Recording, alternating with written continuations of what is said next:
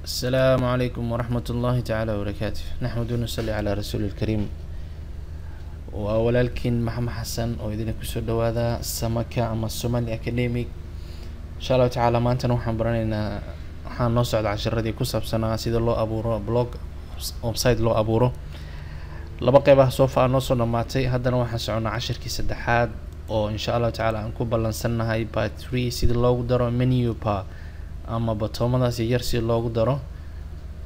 ayaga oonan kuwaas hoos u soo dhaca ama drop down kaas aanan lahayn. Drop down kaas ayaga la casharka dambe ku baran doonaa marka hore si hadda loogu daro menu baradaas si loo soo galsa hore u baranay. Marka hore waxa gashaa blogger.com.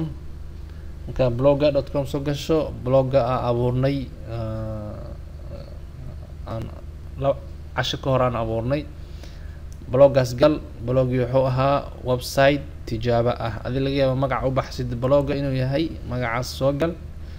markaas soo gasho xaggan waxa aragtaa waxa timaada marka meeshan saan u aragto hadda mesela hadii bloggi aan natusi dhahno view bloggi itusi blogana abuurnay ama page kan wallahi aad u qurux badan for me. I like few things. marka si aan page ugu darno marka ugu horeyso waxaan ku dareynaa page-kii mesela xagga tag marka ugu horeyso awalan page tag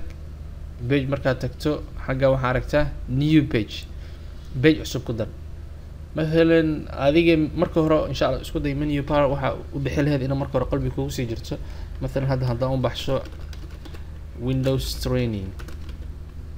haddii aan dhaho mesela blog design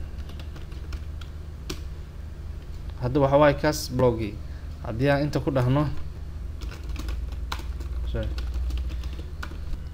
hadda waxaan abuurnay page magaca waxa u bixinay page-ka xagga sare waxa aragtaa blog design page ah. hadda page click ku siiso waxaan rabaa inuu geeyo ku soo dhawow Samaka ama Somali Academic. marka ugu horeyso waxa leedahay publish ama save kadib page-ka xagga u imaanaya mid kale aan ku dareynaa waxaan leenahay Windows training. marka Windows training haddoo furmo maxaa boostada ama waxa faahfaahinta sharadan okay. marka waxa dhaysaa publish ama save. marka hore save hadda dhaad okay wala publish save labadoo isla sameynaa. marka hadda waxaan rabnaa Windows training iyo blogska aan waxaan rabnaa inaan ku darno xagga meeshaas calaamadaas yellow-ga ah ama akhdarka ah waxaan rabnaa inaan ku soo darno labadan page oo aan abuurnay. si uu soo darno marka hore waxaad tagaysaa pay layout markaas siiso mar walba waxaad raadisaa waxa la yiraahdo add gadget haddii uu meeshan ku yaalo way ka fiican tahay click ku sii. haddii xaggan bartamaha ama in the middle hadduu ku oolin dhib ma lahan xaggan gal add gadget click ku sii waxaad raadisaa pages xaggan hoos soo deji Windows aan ku furmayo xagga hoos soo deji waxaad raadisaa pages marka aragtid xagga calaamada oo slab meesha ku taalo calaamada click ku sii. meeshan waxaad aragtaa labadii page aan soo abuurnay Windows training iyo blog design. hadda home aan yahay soma ku dar Windows 8 Windows training iyo blogs meeshan ku soo daraa mujid drag and drop to change order. marka order ka bedeli kartaa mesela maxaa rabtaa hadda designer rabtaa inuu ku noqdo Windows 8 ku xigsa ama maxaa rabtaa design inuu ku noqdo marka waad sameey kartaa sorry. marka design ku daynayna marka meesha hoos waxa aragtaa save de marka save dhahdo hadda waa ka save arrange de blog ku noqo refresh de right click reload marka dhahdo marka hadda geeskan ku fulo Soma waxa sameeysaa hadda mesela page kana ku darnay markaan ku darnay geeskaas uu naga fulo Soma hadda waa kana blog iyo Windows 8 waxa sameeysaa soo qabo soo qaad click ku sii soo jiid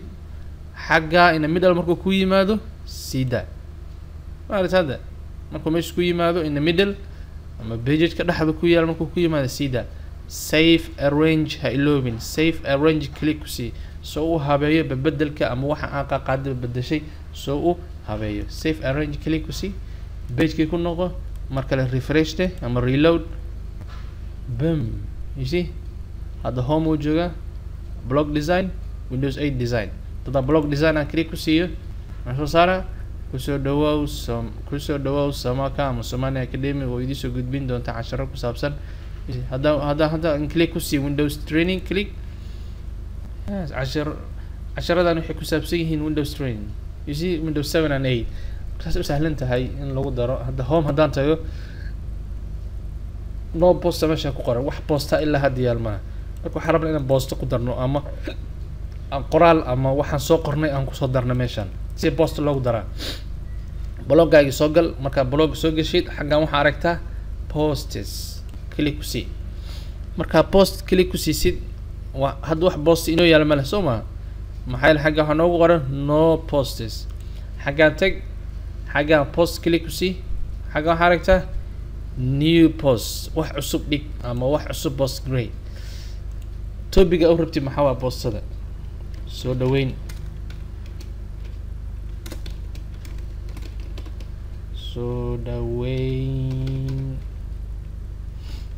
Soomaa hada مثلا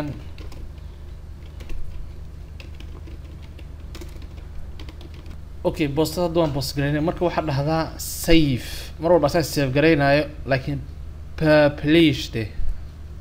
publish marka publish gareyso waxaan ku soo saara marta inaad share Google Plus ku dhahdo adaad share garey hadii kale cancel iska dhig marka hada postadii already waa publish gareynay hadii aan publish gareynay مثلا aan meesha ka weydanay meeshan click ku sii publish de hadii aan page ku noqono right click reload ama refresh meeshan xaragta soo dhaweyn hada click ku siiso oo ku soo furaya de soo dhaweyn posted by Samaka ama Somali Academy insha Allah taala waa baran doonaa slowly by slowly waatan hada مثلا haduu qof rabo inuu comment ka bixiyo marta isla markii qof comment ka meesha tagay waad ku mahadsan tahay yaa bixi comment-ga Samaka ama Somali Academy waqti uu bixi 10 August markaas u fuuda in boostana la dhigo marka insha Allah taala maanta waxa baranay sidii loogu daro menu baradaas menu bar iyo sida loo post gareeyo waa isku mid mar walba post rabtid post kale ku dartid just post email new post ne topiga u bixi qoraal ku qor mar walba postada ugu dambaysa soo kormarayso مثلا hadda tan waa mid ugu horeysa mid ugu dambayso ma hada mid kale hadda aan post gareeyo koraysi aadi tan hoos aadi mar walba postada u dambayso soo hormarayso insha Allah taala casharada si socdaan casharka noogu xig waxaan baran doonaa si loogu daro drop down wax la yiraahdo marka مثلا hadda aan blog aan korgeeyo si yani ugu darma menu ba ama drop down wax la yiraahdo مثلا hadii aad website-kii gashid samaka.blogspot hada gashid مثلا hadii aan 10 windows aan galin mujada hada مثلا program aan siiyo mid kala sii baxay soo maaragtay hadii aan linux 10 sii baxay marka insha Allah taala waxaan baran doonaa si loogu daro casharadaas oo ku maastan daawateen wassalaamu calaykum waraxmatullaahi wabarakaatuh